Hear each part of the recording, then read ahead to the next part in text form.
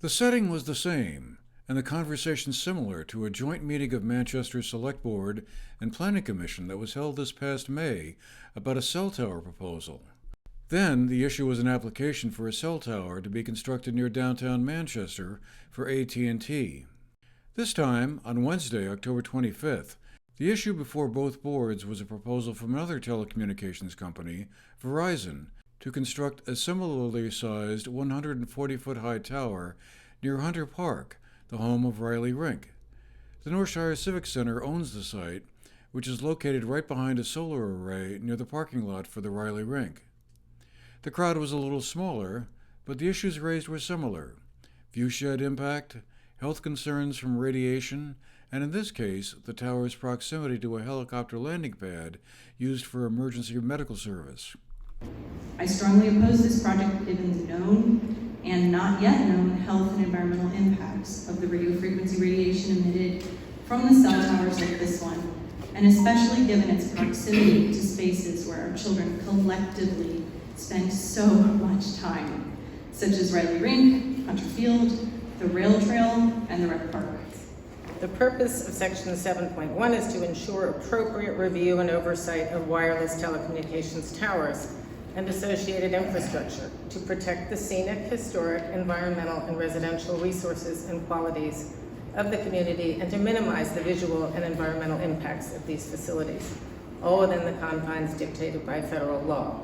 Verizon's proposed industrial eyesore does not comply with those aims. Visible from many vantage points, out of keeping with the recreational cultural nature of the park, the tower's 140-foot height would exceed Manchester's height limit of 130 feet. On the other hand, upgrading the capacity of cellular service in the area was also cited by some. My mother was at my home.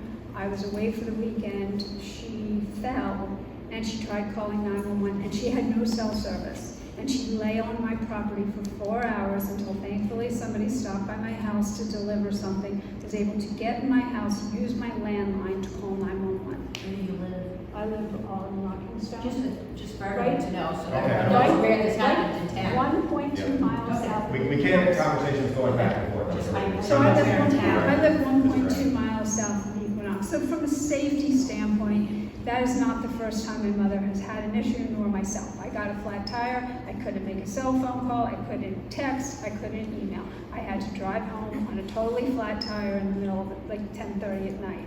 My mother has now had 3 or 4 incidents where, and she's 89, so we can argue whether or not she should be driving, but she was, and she did not have cell service. So I do think that there is a safety factor, that we do need better cell service here.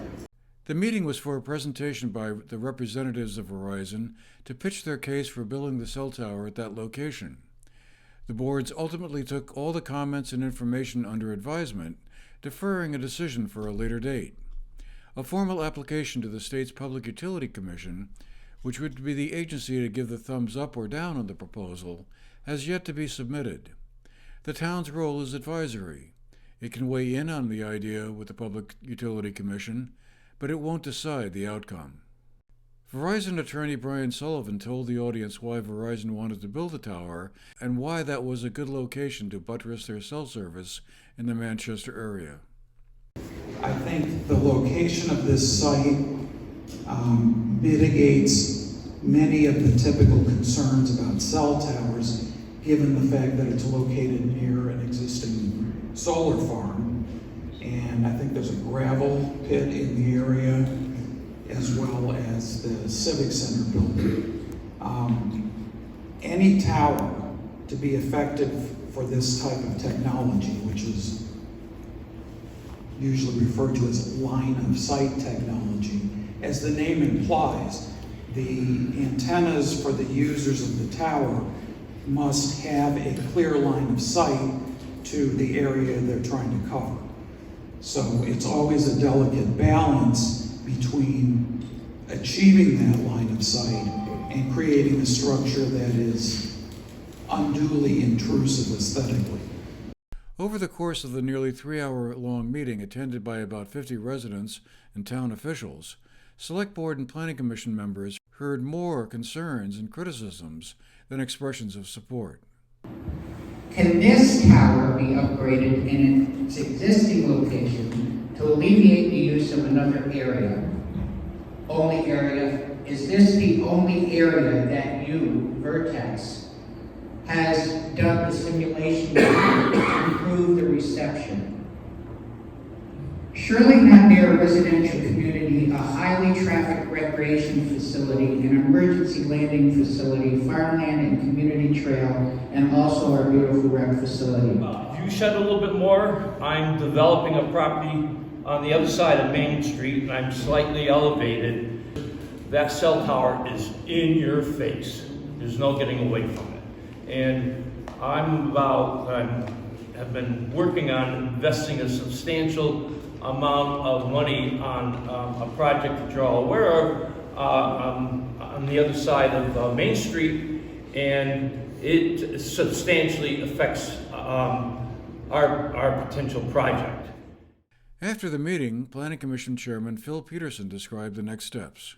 Step is for us to have a joint board discussion on what we've heard and to make a decision with respect to what we recommend to the applicant and to the PUC. We can go one of three directions. We can say thumbs up, we can say thumbs down, or we can take their current proposal and say it requires these modifications, and that we'd like them to come back with those modifications or something similar. Our recommendation goes to the Public Utility Commission, and they have the ability to take it into consideration, but ultimately the authority is not with us about what this decision is. For the GNAT-TV News Project, I'm Andrew McKeever.